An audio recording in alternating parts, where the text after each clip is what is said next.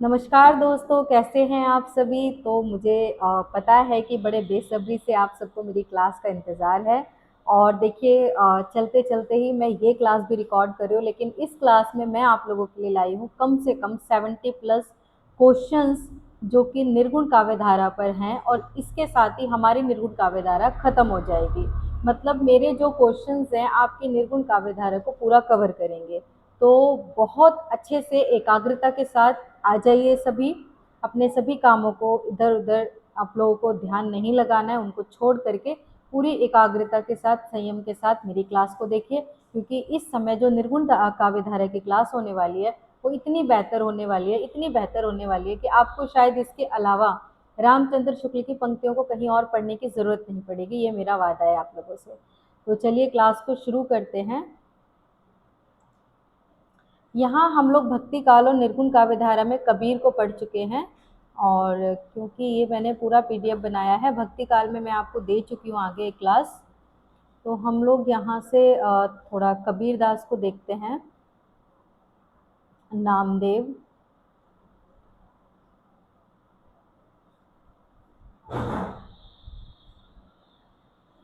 प्रकरण 2। पहली बात तो प्रकरण 2 के अंतर्गत निर्गुण काव्य धारा है, इसको भी हमें ध्यान रखना होगा। और हम पढ़ रहे हैं ज्ञानाश्रय शाखा। कबीर को हमने पढ़ लिया है और कबीर पर आधारित प्रश्न भी मैं आपको दे चुकी हूँ। इसके आगे हम लोग पढ़ते हैं,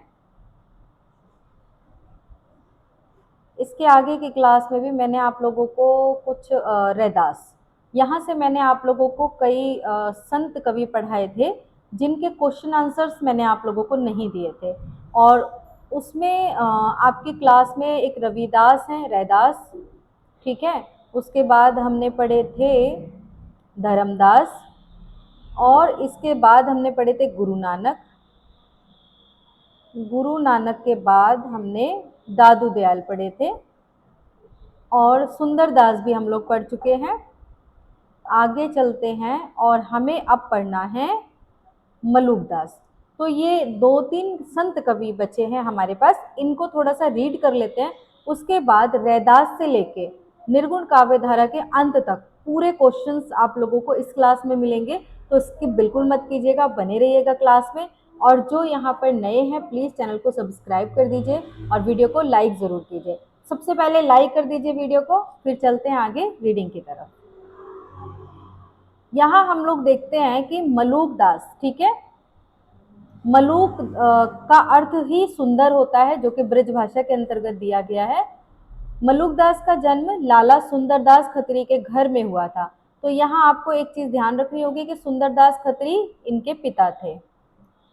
वैशाख कृष्ण 5 संवत 1631 में कड़ा, ठीक है, 1631 में इनका जन्म हुआ है। और कड़ा ग्राम है जो कि जिला इलाहाबाद के अंतर्गत है, वहां पे इनका जन्म हुआ है।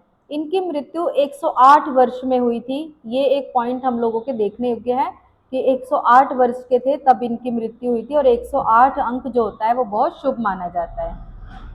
में संवत 1739 ईस्वी में हुई। ये औरंगजेब के समय में दिल के अंदर खोजने वाले निर्गुण मत के नामी संतों में हुए, ठीक है। क्योंकि दिल के अंदर खोजने वाले निर्गुण मत के नामी संत, उनके अंतर्गत हम मलुकदास को याद करते हैं।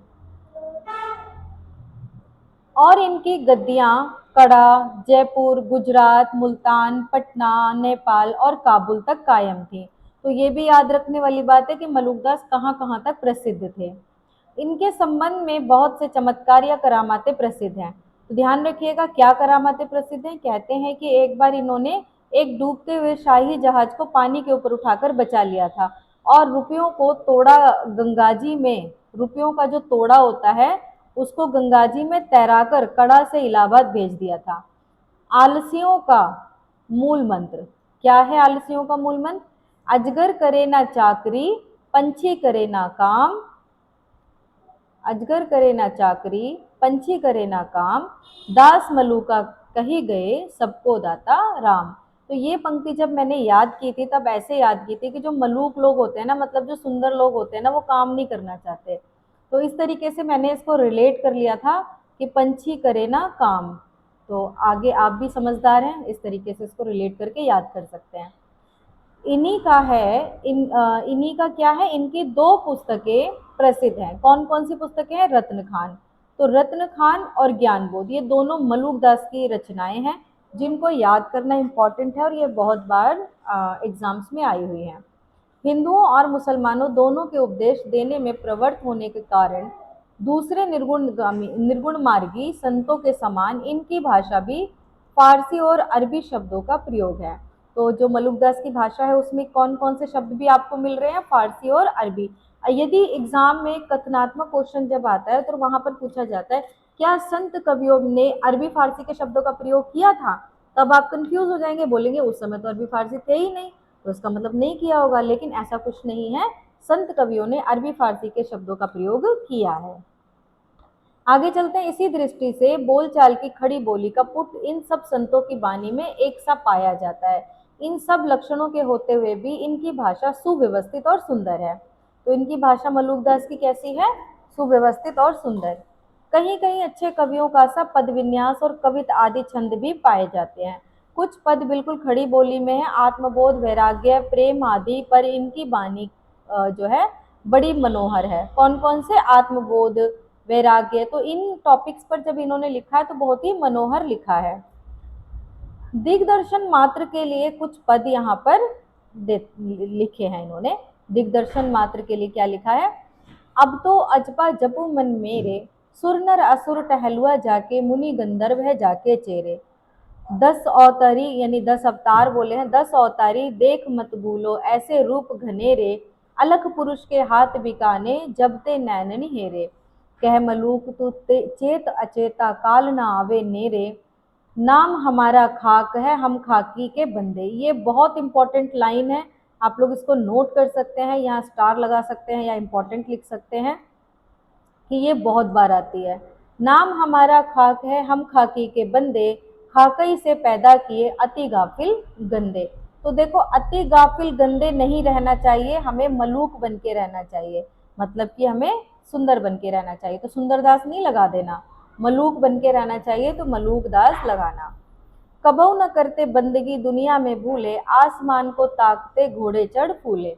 सबहिन के हम सबे हमारे, जीव जंतु मोही लगे प्यारे। यानी हम सबके हैं और सब हमारे हैं, और जीव जंतु हमें बहुत प्यारे लगते हैं। तीनों लोग हमारी माया, अंत कतहु से कोई नहीं पाया। 36 पवन हमारी जाति, हमई दिन और हमई राती। हमई तरवर कीट पतंगा, हमई दुर्गा हमई गंगा। हमई मुल्ला हमई काजी, तीरथ बरत हमारी बाजी। हमई दशरथ हमई राम, हमरे क्रोध और हमरे काम। हमई रावण हमई कंस, हमई मारा अपना वंश। तो ये पंक्तियां बहुत अच्छी हैं, अगर आपको समझ में आई होंगी, मैंने जिस तरह से पढ़ी हैं तो मुझे लगता है कि आपको समझ में आई होगी कि हम ही सब कुछ हैं। तो इसमें मतलब ये है कि जो मलूक दास हैं उनके कुछ पॉइंट्स हैं जिनको याद रखिएगा। अभी हम जब आगे क्वेश्चन आंसर्स करेंगे तो आपको मेन मेन क्वेश्चंस वहाँ पे मिलेंगे, तो इसलिए ध्यान से पढ़िए ताकि क्वेश्चन के आंसर भी आप कर सकें। अक्षर अनन्य, तो हम अक्षर अनन्य के बारे में जान लेते हैं। संवत 1710 में इनके वर्तमान रहने का पता लगता है। ये दतिया रियासत के अंतर्गत सुनहरा के, ये सेनुहरा के कायस्थ थे। तो अक्षर अनन्य क्या थे? ये दतिया रियासत के अंतर्गत सेनुहरा के कायस्थ थे और कुछ दिनों तक दतिया के राजा पृथ्वीचंद के दीवान थे। दतिया के राजा कौन थे? पृथ्वीचंद। और पृथ्वीचंद के दीवान कौन थे? अक्षर अनन्य। अक्षर अनन्य को याद रखिएगा क्योंकि ये बहुत इंपॉर्टेंट है। पीछे मैंने बाद में ये विरक्त होकर पन्ना में रहने लगे। प्रसिद्ध छत्रसाल इनके शिष्य थे। प्रसिद्ध छत्रसाल कौन थे? अक्षर अनन्य के शिष्य थे। एक बार ये छत्रसाल से किसी बात पर अप्रसन्न होकर जंगल में चले गए। पता लगने पर जब हमारा छत्रसाल क्षमा प्रार्थना के लिए जब महाराज छत्रसाल क्षमा प्रार्थना के लिए इनके पास गए, तब इन्हें एक झाड़ी के पास खूब पैर फैलाकर लेटे हुए पाया। महाराज ने पूछा, पांव पसारा कब से? ये पंक्तियां याद करिएगा। पांव पसारा कब से? चट से उत्तर मिला। क्या उत्तर मिला? हाथ समेटा जब से। ये विद्वान थे और वेदांत के अच्छे ज्ञाता थे। इन्होंने योग और वेदांत पर कई ग्रंथ, राजयोग, ये कौन कौन से पर लिखा है? योग और वेदांत पर किसने लिखे हैं? अक्षर अनन्य ने। विज्ञान योग, ध्यान योग, सिद्धांत बोध, विवेक दीपिका, ब्रह्म ज्ञान, अनन्य प्रकाश आदि लिखे और दुर्गा सप्तशती का हिंदी पद्यों में अनुवाद किया। देखिए थोड़ा शोर आ रहा होगा क्योंकि मैं रास्ते में हूँ और मैं एक रास्ते में ही इसको रिकॉर्ड कर रही हूँ क्योंकि काफ़ी दिनों से वीडियोस नहीं गए हैं, तो बच्चे भी परेशान हो रहे होंगे क्योंकि तैयारी करना बहुत ज़रूरी है और उसमें मेरा भी थोड़ा सा योगदान है। तो मैंने सोचा कि नहीं, मुझे जो है सिचुएशन को नहीं देखना है, वीडियो कैसे भी करके आप तक पहुँचाना है। तो आप लोग ये याद रखिएगा, दुर्गा सप्तशती का हिंदी पद्यों में अनुवाद किसने किया है? अक्षर अनन्य ने किया है। राजयोग के कुछ पद्य नीचे दिए गए हैं। राजयोग के पद्य देखिए, यह भेद सुनो प्रतिचंद राय, फल चारहु को साधन उपाय, यह लोक सदे सुपुत्र बाम, पर लोक नसे बस नरक धाम, पर लोक लोक दो सद जाए, सोई राज जोग सिद्धांत आए, निज राज जोग ज्ञानी करंत, हटि मूढ़ धर्म साधक साधत अनंत।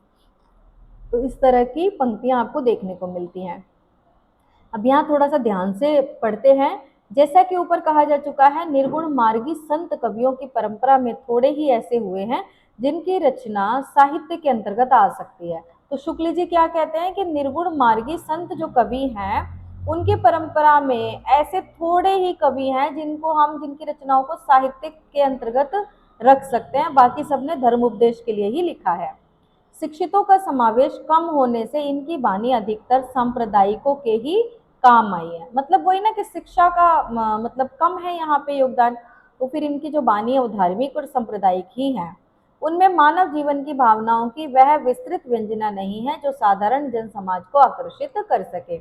इस प्रकार के संतों की परंपरा यद्यपि बराबर चलती रही थी और एक नए पंथ निकलते रहे, पर देश के सामान्य साहित्य पर उसका कोई प्रभाव ना पड़ा।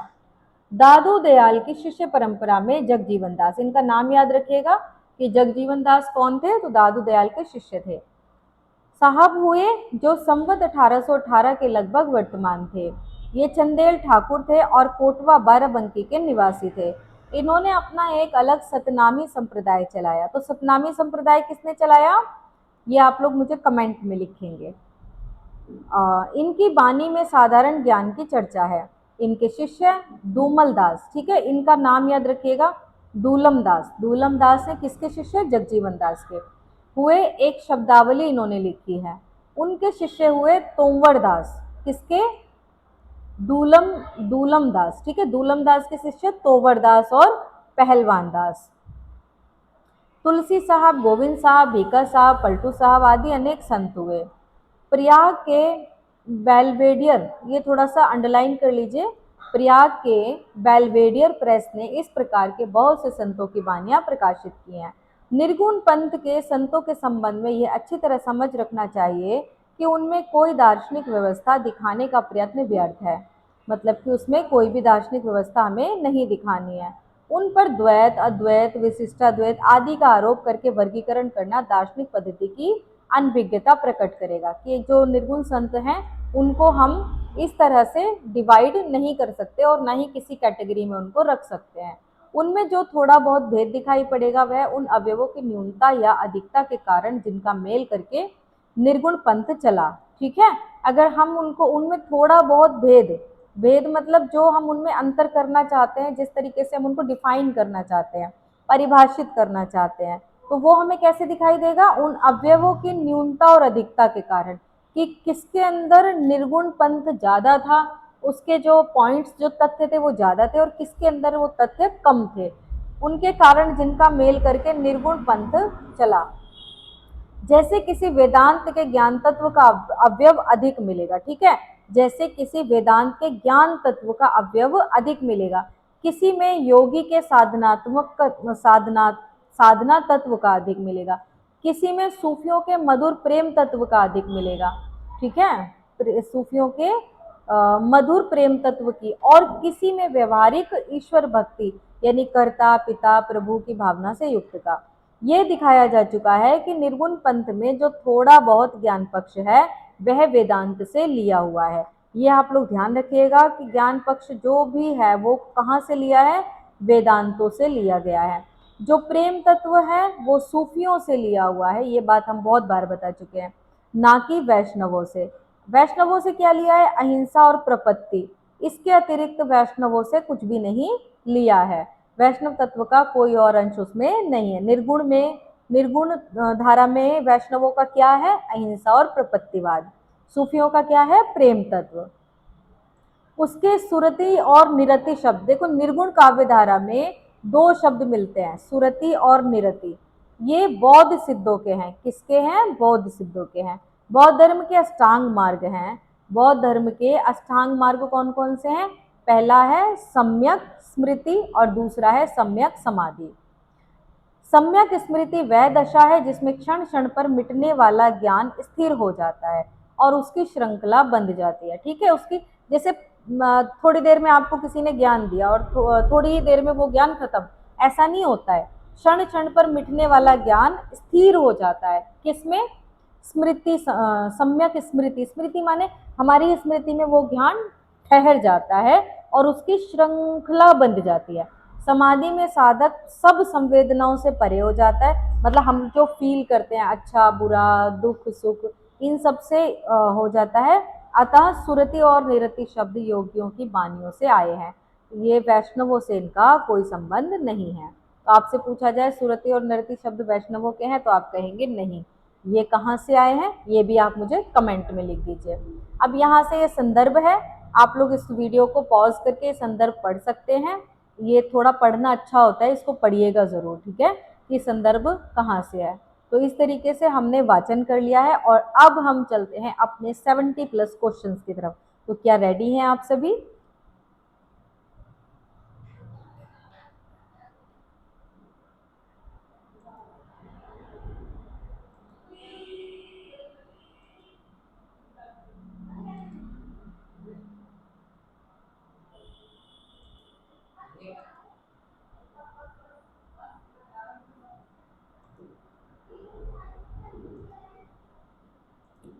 तो चलिए हम लोग क्वेश्चन आंसर्स कर लेते हैं। तो थोड़ा सा ब्लर है, थोड़ा मेरे साथ आप लोगों को कंप्रोमाइज़ करना पड़ेगा और हम पढ़ लेते हैं क्वेश्चन आंसर्स। रैदास के बारे में हम लोग अभी पढ़ रहे हैं। रैदास के गुरु कौन थे?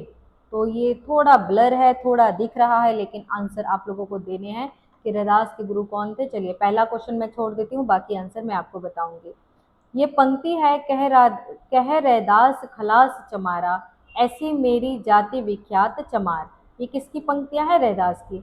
अच्छा, ये पंक्तियों के लिखने का उद्देश्य है कि वो अपनी जाति में बिल्कुल भी शर्माते नहीं थे, उन्हें मनुष्य होने पर गर्व था। ठीक है, जाति पाति कुछ नहीं होती है, हम मनुष्य हैं, हम धरती पे मनुष्य बन के आए हैं, ये हमारे लिए सबसे बड़ी बात है।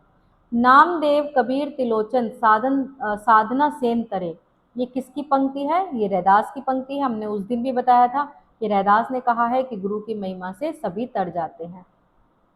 क्वेश्चन नंबर 4 देखते हैं, जाके कुटुंब सब ढोर ढुवत हैं, किसकी पंक्ति है? रैदास की पंक्ति है। क्वेश्चन नंबर 5 देखिए, थावर जंगम कीट पतंगा पूरी रहो रही हरिराई, गुण निर्गुण कहियत नाही जाके, ये किसकी पंक्ति है? अच्छा, एक बात और मैं आपको बता दूं, यहाँ मैंने जितने भी पंक्तियां ली है ना, वो न जाने कितने एग्जाम्स में आई हुई हैं, बहुत बार रिपीटेड पंक्तियां हैं। रैदास का अपना अलग प्रभाव पचाह की ओर जान पड़ता है।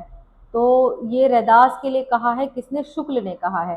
तो रैदास का अपना अलग, ये पछाह की ओर का मतलब है कि उनकी जो भाषा थी वो पश्चिमी से संबंधित थी। ठीक है, पूर्वीपन उनमें कम था। साधो संप्रदाय कहाँ पाया जाता है? तो साधो संप्रदाय फर्रुखाबाद में आपको मिलता है। साधो संप्रदाय की स्थापना किसने की थी? तो साधु संप्रदाय की स्थापना की थी वीरभान ने, जो कि उदयभान के शिष्य थे। और उदयभान किसके शिष्य थे? हमने पढ़ा है कि उदयभान शिष्य किसके थे। देखिए, अगर मैं आपको बोलती हूँ कि किसी क्वेश्चन का आंसर आप लिखकर भेजिए, इसका मतलब ये होता है कि मैं आपको रिमाइंड कराना चाहती हूँ। लेकिन अगर आप आलस करेंगे कि मैं क्वेश्चन का आंसर नहीं लिखूँ, छोड़ो वीडियो देखते हैं आगे बढ़ते हैं, तो ये आपकी मर्जी है। लेकिन यदि आप क्वेश्चन का आंसर लिख देते हो तो 6 महीने 8 महीने 10 महीने तक भी आपको वो क्वेश्चन याद रहता है, आप उसको भूलेंगे नहीं। तो आप मुझे बताइए, वीरभान के गुरु कौन थे? उदयभान। और उदयभान के गुरु कौन थे? आप मुझे लिख कर भेजेंगे। और साधु संप्रदाय की स्थापना की थी वीरभान ने, जो कि उदयभान के शिष्य थे।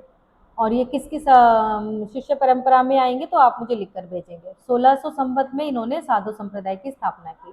क्वेश्चन नंबर 9, क्वेश्चन नंबर 9 पे है और क्वेश्चन नंबर 70 करने हैं। अगर आप थक जाएंगे तो क्वेश्चंस मिस हो जाएंगे, तो कोशिश कीजिए एनर्जी के साथ बने रहिए। देखिए मैं सफ़र में हूँ, फिर भी आपके लिए 70 क्वेश्चंस मैंने बनाए हैं, बनाने के बाद उनको रिकॉर्ड किया है और रिकॉर्ड करने के बाद मैं आप तक पहुँचा रही हूँ।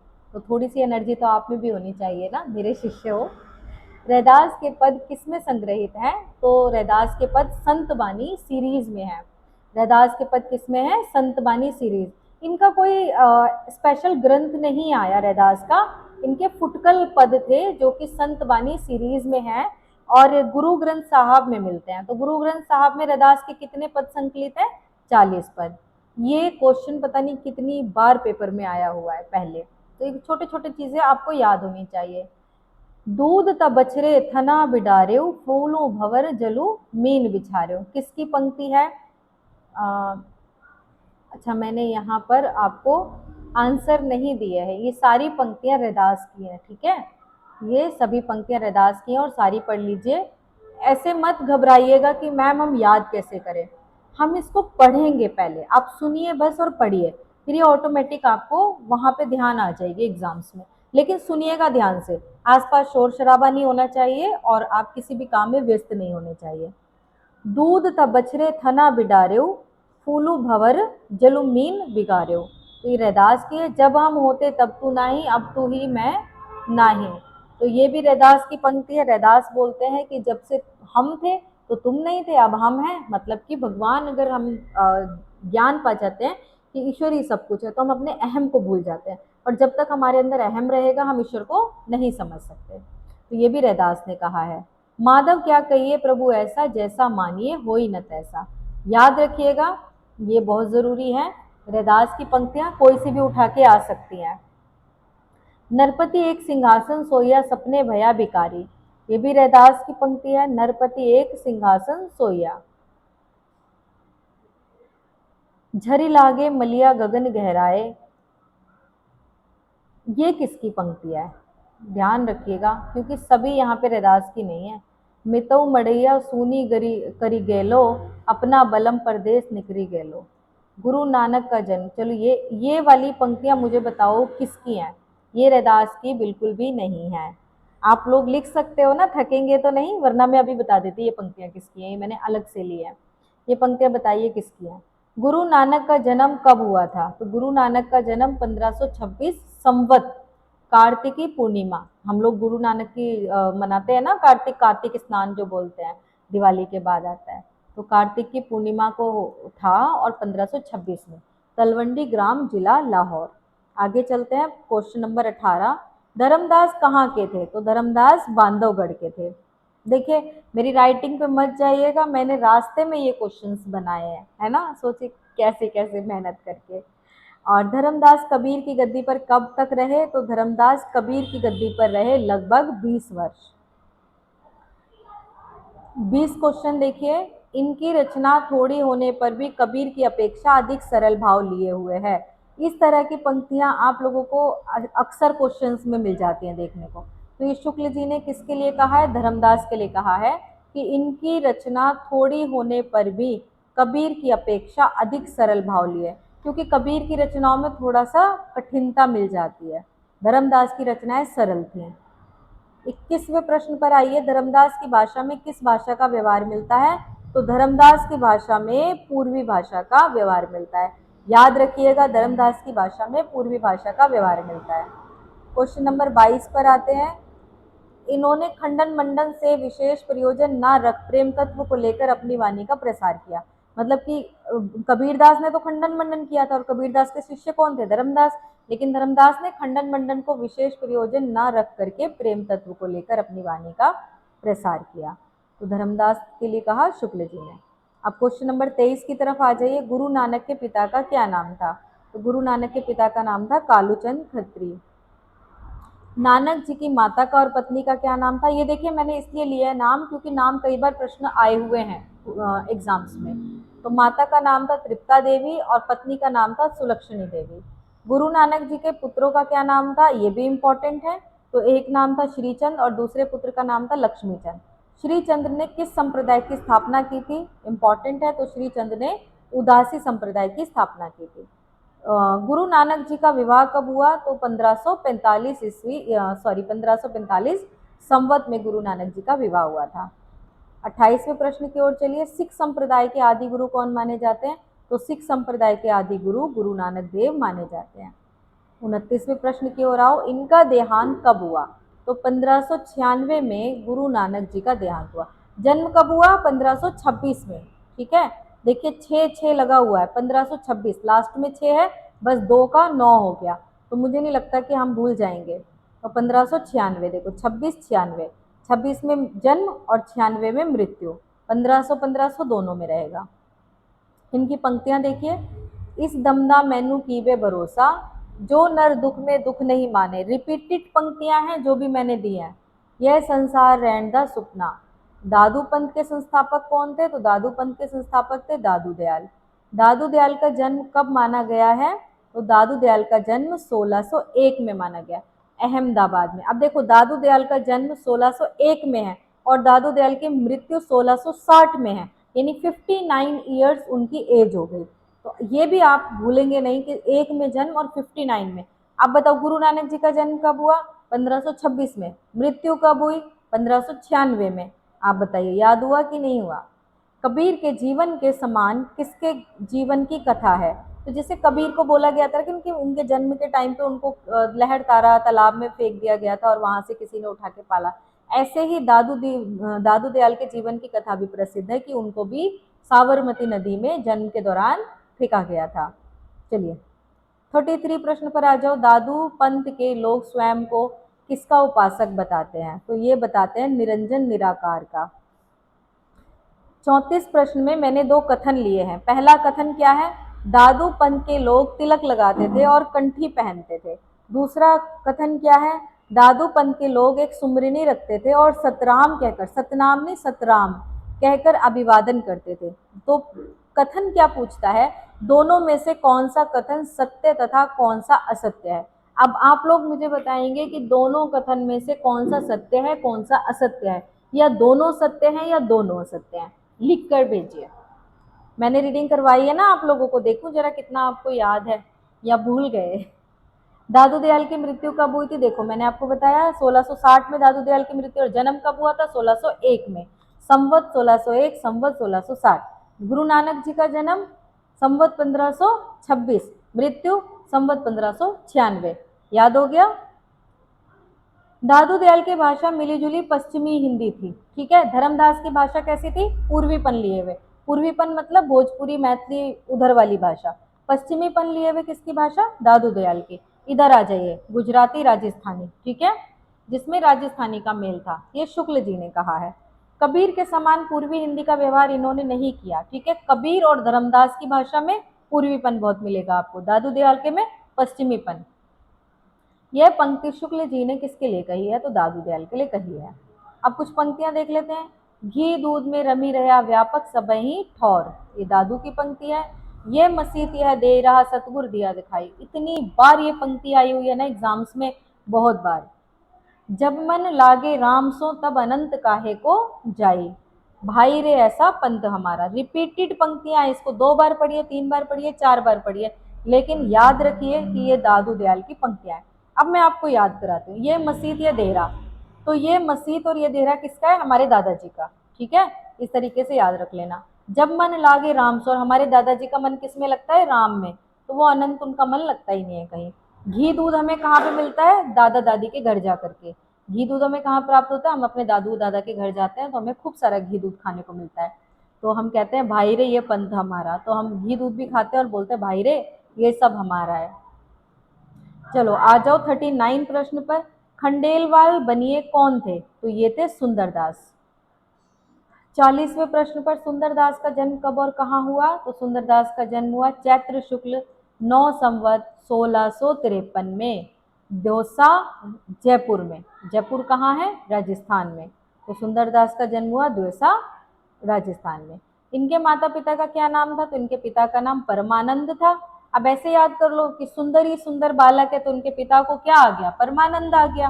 और माता का नाम था सती।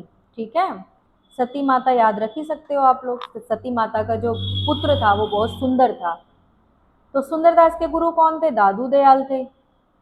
संस्कृत के अतिरिक्त तो सुंदरदास को और कौन सी भाषा का ज्ञान था? फारसी का था। मैंने आपको बता दिया, ये याद रखिएगा कि संत कवियों ने फारसी अरबी के शब्दों का प्रयोग किया है। इनका देहांत कब हुआ? तो 1746 ईस्वी सांगानेर में हुआ, है ना। याद रखिएगा, जन्म कब हुआ? 1653 में, और मृत्यु कब हुई है? 1746 में। 45वें प्रश्न पर आइए। निर्गुण पंथियों में यही एक ऐसे व्यक्ति हुए जिन्हें समुचित शिक्षा मिली थी और जो काव्य कला की रीति आदि से अच्छी तरह परिचित थे। ये पंक्ति किसने किसके लिए कही है? तो सुंदरदास के लिए कहा रामचंद्र शुक्ल ने। 46वां प्रश्न, इनकी रचना साहित्यिक और सरस है, भाषा भी काव्य की मंजी हुई ब्रिज भाषा है। बहुत इंपॉर्टेंट पंक्तियां हैं ये, जो कि सुंदरदास के लिए रामचंद्र शुक्ल ने कही है। अब यहाँ पर देख लो, मंजी हुई, मंजी हुई कैसे है? मंजा हुआ चेहरा है, मंजी हुई स्किन है, तो बहुत सुंदर लगते हैं। सिद्धस्थ कवियों के समान बहुत से कवित्व सवैये किसने रचे हैं? तो ये रचे हैं सुंदरदास ने, क्योंकि सुंदरदास ज्ञानी थे, पढ़े लिखे थे, तो सिद्धस्थ कवियों के समान रच सकते थे। अब प्रश्न नंबर 48 पर आते हैं। सुंदर विलाप किसकी रचना है? तो सुंदरदास की। अच्छा, ये नहीं पूछा जा सकता कि सुंदर विलाप किसकी रचना है, क्योंकि सुंदरदास की है, सुंदर सुंदर लगा हुआ है, लेकिन ये पूछा जा सकता है कि सुंदर विलाप में किस प्रकार के छंद पाए जाते हैं। तो सुंदर विलाप में कवित्त सवैये, ठीक है, सुंदर विलाप में क्या है? कवित्त सवैये है। अब आ जाइए प्रश्न नंबर 50 पर। संत तो ये थे ही, पर कवि भी थे। किसने कहा है? शुक्ल जी ने सुंदरदास के लिए कहा है। चलिए प्रश्न नंबर 51 पर आ जाइए। इनकी कुछ पंक्तियां हैं जो इम्पोर्टेंट हैं, और ये मानते थे कि हमें उतना ही बोलना चाहिए जितना हमें ज्ञान हो। तो कहा गया है, बोलिए तो तब जब बोलबे की बुद्धि होए। ये किसने कहा? सुंदरदास ने। पति ही सुप्रेम होए, यानी जो नारी अपने परिवार के लिए अपने आप को कर्तव्यबद्ध मान करके, और जैसे मतलब जहाँ लक्ष्मी बाई हैं, यानी कि औरत का वो रूप जो संघर्ष से मजा हुआ है, उनको पसंद था। तो वो कहते थे कि पति ही सुप्रेम होए, पति ही सुनेम होए। और दूसरी बात, वो बचपन से बाल ब्रह्मचारी थे और ज्यादा मतलब श्रृंगार रस के विरोधी भी सुंदरदास माने जाते हैं। मलूक दास के पिता का क्या नाम था? तो मलूक दास के पिता का नाम था सुंदरदास खत्री। मलूक दास का जन्म कहाँ हुआ था? तो एक कड़ा जिला में हुआ था, ठीक है। कब हुआ था? तो संवत 1631 में हुआ था। इनकी मृत्यु कब हुई थी? तो 108 वर्ष के थे। मैंने आप लोगों को बताया कि जो मलूक दास थे, उनकी मृत्यु जो है 108 वर्ष के थे। 1739 में इनकी मृत्यु हुई थी। मलूक दास किसके समकालीन थे? तो ये औरंगजेब के समकालीन थे। 57वें प्रश्न की तरफ आ गए हैं। इनकी गद्दियां कहाँ कहाँ हैं? तो इनकी गद्दियां कड़ा में है, गुजरात में है, जयपुर में है, मुल्तान में है, पटना में भी है, नेपाल में है और काबुल में। यहाँ मतलब काबुल तक इनकी गद्दियां फैली हैं। किसकी? बताइए। मलूक दास की। आगे चलते हैं। बहुत से चमत्कार और करामातें किसके संबंध में प्रसिद्ध हैं? तो मैंने अभी आपको पढ़ के बताया भी था कि चमत्कार वगैरह किसके प्रसिद्ध है? मलूक दास के। अजगर करे ना चाकरी, पंछी करे ना काम, किसकी पंक्ति है? मलूक दास की। मैंने आपको बोला ही था कि जो बहुत मलूक होते हैं ना, वो काम करने में हमेशा हचकचाते हैं। रत्न खान और ज्ञान बोध किसकी है? मलूक दास की है। तो रत्न पहनकर हम बड़े मलूक नजर आते हैं, और ज्ञान होना भी बहुत जरूरी है। इनकी भाषा में अरबी फारसी के शब्दों का प्रयोग मिलता है। एक किसकी भाषा में फारसी का प्रयोग मैंने आपको बताया कि मिलता है? सुंदरदास की, ठीक है। तो सुंदरदास और मलूक दास दोनों का अर्थ ही सुंदर है, मलूक का अर्थ भी सुंदर है। तो सुंदरदास और मलूक दास दोनों के शब्दों में हमें अरबी फारसी का प्रयोग मिलता है, और सुंदरदास में केवल फारसी का, मतलब ऐसा शुक्ल जी ने कहा है। ये कथन सत्य है या असत्य है? आप लोग मुझे बताएंगे, ये कथन सत्य है या असत्य है। राजा पृथ्वीचंद के दीवान कौन थे? तो ये थे अक्षर अनन्य। 63वें प्रश्न पर आ गए। प्रसिद्ध छत्रसाल किसके शिष्य थे? तो ये अक्षर अनन्य के शिष्य थे। दुर्गा सप्तशती का हिंदी में अनुवाद किसने किया है? अक्षर अनन्य ने किया है। राजयोग, विज्ञान योग, ध्यान योग, सिद्धांत बोध, विवेक दीपिका, ब्रह्म ज्ञान, अनन्य प्रकाश आदि किसकी रचनाएं हैं? तो ये अक्षर अनन्य की है। आगे चलते हैं। 66वां प्रश्न देखिए। यह भेद सुनो पृथ्वीराज राय फल चारों को साधन उपाय, किसकी पंक्ति है? अक्षर अनन्य की। 67वें प्रश्न पर आ जाइए। सतनामी संप्रदाय किसने चलाया? तो ये चलाया था जगजीवन दास ने। 78वें प्रश्न पर आ जाओ। 68। जगजीवन दास के गुरु का क्या नाम था? तो उनका नाम था दादू दयाल। अब 69 पर आ जाओ। जगजीवन दास के शिष्य का क्या नाम था? तो है ना, दमलदास, दमलदास था। आगे आ जाओ, 70वां प्रश्न आ गया है, देखिए। अधिकतर संतों की वानियां किसने प्रकाशित की? प्रयाग के बेलवेडियर प्रेस ने। आगे आ जाओ 71वें प्रश्न पर। निर्गुण संतों के सुरति और नरति शब्द किससे संबंधित है, यानी किससे लिए हुए हैं? तो ये बौद्ध सिद्धों से लिए हुए हैं, वैष्णवों से नहीं लिए हैं सुरति और निरति। 72वें प्रश्न पर आ जाओ। बौद्ध धर्म के अष्टांग मार्ग क्या है? तो ये है सम्यक स्मृति और सम्यक समाधि। तो इस तरीके से हमने 72 प्रश्नों को पूरा किया है। और आप लोग मुझे बताइए कैसे लगे आपको ये प्रश्न और ये रीडिंग और ये क्लास। अगर बहुत अच्छी लगी तो कृपया मेरे चैनल को सब्सक्राइब कीजिए, वीडियो को लाइक कीजिए और शेयर कीजिएगा, ताकि ज़्यादा से ज़्यादा लोगों तक ये वीडियो पहुंच सके। और मैं आपको ये बताना चाहूँगी कि अभी जो आपका एग्ज़ाम डिले हुआ है, कैंसिल नहीं हुआ है और कैंसिल होगा भी नहीं, ये डिले हुआ है, इसकी डेट आगे ज़रूर आएगी।